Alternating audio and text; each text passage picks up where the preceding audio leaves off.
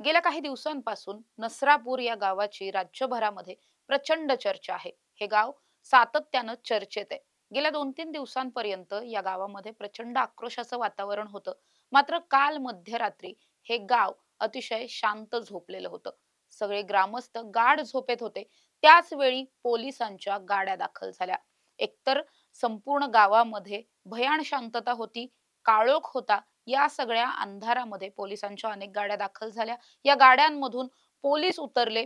संपूर्ण गावामध्ये कडक पोलीस बंदोबस्त लावण्यात आला आणि त्यानंतर अगदी शेवटी एका व्यक्तीला पूर्णपणे पोलीस प्रोटेक्शन देत पोलिसांचं एक पथक खाली उतरलं गाडीतून आणि त्यानंतर घटनास्थळाकडे त्यांनी चालायला सुरुवात केली. आता हा जो एक सीसीटीव्ही व्हिडिओ आहे तो सध्या समोर येतोय. आता या व्हिडिओमध्ये ज्या व्यक्तीला पोलीस प्रोटेक्शन देऊन घटनास्थळाकडे नेलं जातंय ही व्यक्ती कोण आहे? तर अर्थातच आरोपी भीमराव कांबळे. पण मुळात पोलिसांनी अशा पद्धतीनं आरोपीला मध्यरात्री घटनास्थळावरती का नेलं? पोलिसांना तिथे जाऊन नेमकं काय करायचं होतं आणि कशा-कशा पद्धतीनं ही मोहीम आखली गेली होती? सगळंच जाणून घेणार आहोत. नमस्कार, मी समृद्धी आणि तुम्ही पाहताय टॉप न्यूज मराठी. भोरच्या नसरापूरमध्ये 1 मे रोजी संपूर्ण महाराष्ट्राला हादरवणारी ही घटना घडली. ज्या घटनेमध्ये एका गोठ्यात नेऊन 3.5-4 वर्षाच्या चिमुकलीवरती या 60-65 वर्षाच्या नराधमाने अतिशय निर्घृण पद्धतीने तिची हत्या केली, तिच्यावर लैंगिक अत्याचार केले. त्यानंतर आत्ता पोस्टमॉर्टम रिपोर्टमधून जे काही समोर येतंय ते तर प्रत्येकाच्याच काळजाचा थरकाप उडवणार आहे. मात्र हे प्रकरण घडल्याच्या नंतर संपूर्ण महाराष्ट्र पुन्हा एकदा प्रचंड पेटून उठलेला होता. ठिकठिकाणी आंदोलनं झाली, मोर्चे झाले. प्रत्येक नेत्यानं, प्रत्येक सामाजिक कार्यकर्त्यानं हेच म्हटले, की लवकरात लवकर आरोपीला फाशीच्या शिक्षेपर्यंत पोहोचवा. आणि मुळातच जेव्हा इतका मोठा जन आक्रोश असतो किंवा इतकी सेन्सिटिव्ह केस असते, त्या केसमध्ये पोलिसांवरती सुद्धा खूप मोठी जबाबदारी असते, की लवकरात लवकर सगळा तपास पूर्ण करायचा असतो. आता या पर्टिक्युलर केसमध्ये पोलिसांनी स्वतःच असं ठरवलंय, की अवघ्या 10-15 दिवसांमध्ये सगळा तपास पूर्ण करून चार्जशीट दाखल करण्याची तयारी सुद्धा पोलीस करणार आहेत. त्यामुळे अर्थातच प्रचंड वेगात त्यांना तपास करावा लागतोय. आणि याच सगळ्या तपासामध्ये त्यांनी एक गोष्ट ठरवलेली होती पोलिसांनी, की कोणताही पुरावा मागे राहायला नको. नेमकं काय घडलं, कसं घडलं हे सगळं काही माहिती असलं पाहिजे. त्यामुळेच बऱ्याचदा अशा पद्धतीने जेव्हा एखादी सिव्हिअर केस असते किंवा क्राईम सीन असतो, तिथे जाऊन तो क्राईम सीन पुन्हा एकदा रिक्रिएट केला जातो. तशाच पद्धतीचं काल सुद्धा घडलं. काल मध्यरात्रीच्या सुमारास पोलिसांनी सगळ्यात पहिल्यांदा गावामध्ये बंदोबस्त लावला. ज्या ठिकाणी हा गोठा आहे, जिथे हे अत्याचार झाले, त्या ठिकाणी जास्त पोलीस बंदोबस्त लावण्यात आला आणि सगळं काही अतिशय शांततेत चालू होतं. गावातल्या एकाही नागरिकाला या सगळ्याविषयी माहिती मिळणार नाही, अशा पद्धतीनं अगदी गोपनीय पद्धतीनं ही सगळी मोहीम आखण्यात आली होती.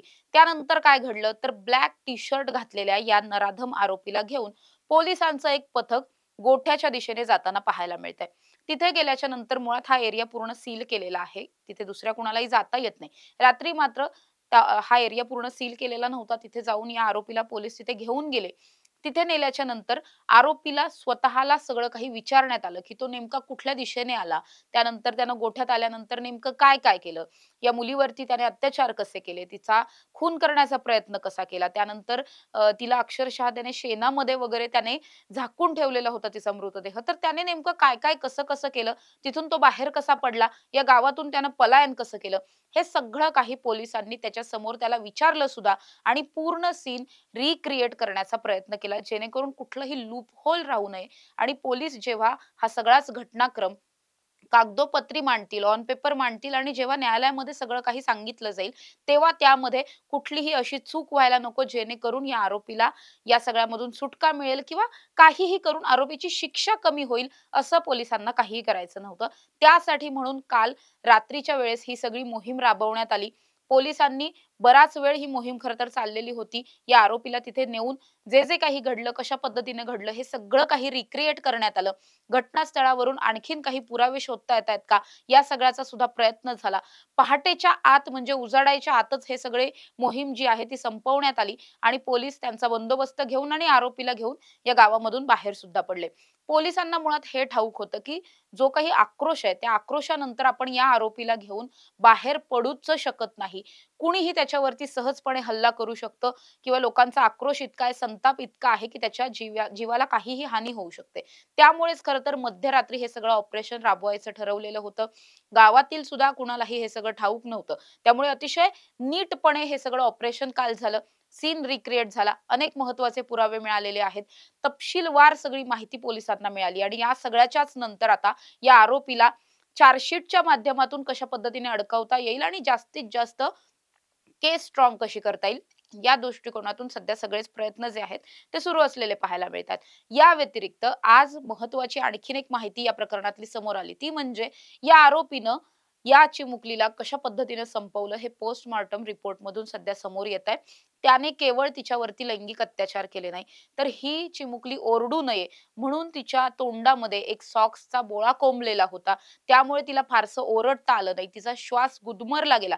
मुळात तिचा जो काही मृत्यूनंतरचा अहवाल आलाय त्यामध्ये तिचा मृत्यू हा श्वास गुदमरल्यामुळे झाल्याचं सांगितलं जातंय. त्यामुळे लैंगिक अत्याचार तर झालेच होते, तो करतच होता. पण तिचा श्वास गुदमरावा किंवा तिने बोलू नये, तिने आवाज काढू नये यासाठी म्हणून तिच्या तोंडात सॉक्सचा बोळा कोंबण्यात आला होता. या एवढं करून सुद्धा मुळात हा आरोपी थांबला नाही. जेव्हा या मुलीचे या सगळ्यामध्ये प्राण गेले त्यानंतर ती खरंच मृत पावली आहे का याची खातरजमा करून घेण्यासाठी आणि कुठल्याही पद्धतीनं ती जिवंत राहू नये यासाठी या विकृत नराधमानं चक्क तिच्या छातीवरती बुक्क्या मारल्या. बेदम मारहाण तिच्या छातीवरती करण्यात आली आणि या सगळ्यानंतरच खरं तर या चिमुकलीचा अतिशय दुर्दैवी अंत झाला आणि आता हे सगळं जे आहे ते पोस्टमॉर्टम रिपोर्ट मधून आणि मृत्यूनंतरचे काही अहवाल जे आहेत ते आता वैद्यकीय अहवाल समोर येतात त्यातून ही सगळी माहिती समोर आली आहे. त्यामुळे याच सगळ्या माहितीच्या आधारे केस जास्तीत जास्त स्ट्रॉंग करायची आणि लवकरात लवकर चार्जशीट दाखल करून आरोपीला फाशीच्या शिक्षेपर्यंत पोहोचवायचं यासाठी पोलिसांचे हे सगळे प्रयत्न सुरू असलेले पाहायला मिळतात. पुढच्या 2-3 दिवसांमध्ये कदाचित हा तपासही पूर्ण होऊ शकतो. त्यामुळे तिथून पुढच्या काळात पोलीस नेमकं कशा पद्धतीने चार्जशीट मधून काय काय मांडतात आणि आरोपीला कोणती शिक्षा होते हे सगळंच पाहणं महत्त्वाचं असणार आहे. अशा ताज्या आणि महत्त्वाच्या बातम्यांसाठी तुम्ही पाहत राहा टॉप न्यूज मराठी. आपला महाराष्ट्र, आपली बातमी. तुमची car, electric panel, data server आगीपासून सुरक्षित आहे का? नाही? मग आजच बसवा F protect temperature activated fire suppression device. यामध्ये आहे eco friendly non toxic pressurised liquid जे आग लागल्यास क्षणार्धात ऍक्टिव्हेट होऊन आगीवरती मिळवते नियंत्रण. बसवण्यास अतिशय सोपे आणि सुटसुटीत टेकालिपचे एक दर्जेदार उत्पादन एफ प्रोटेक्ट.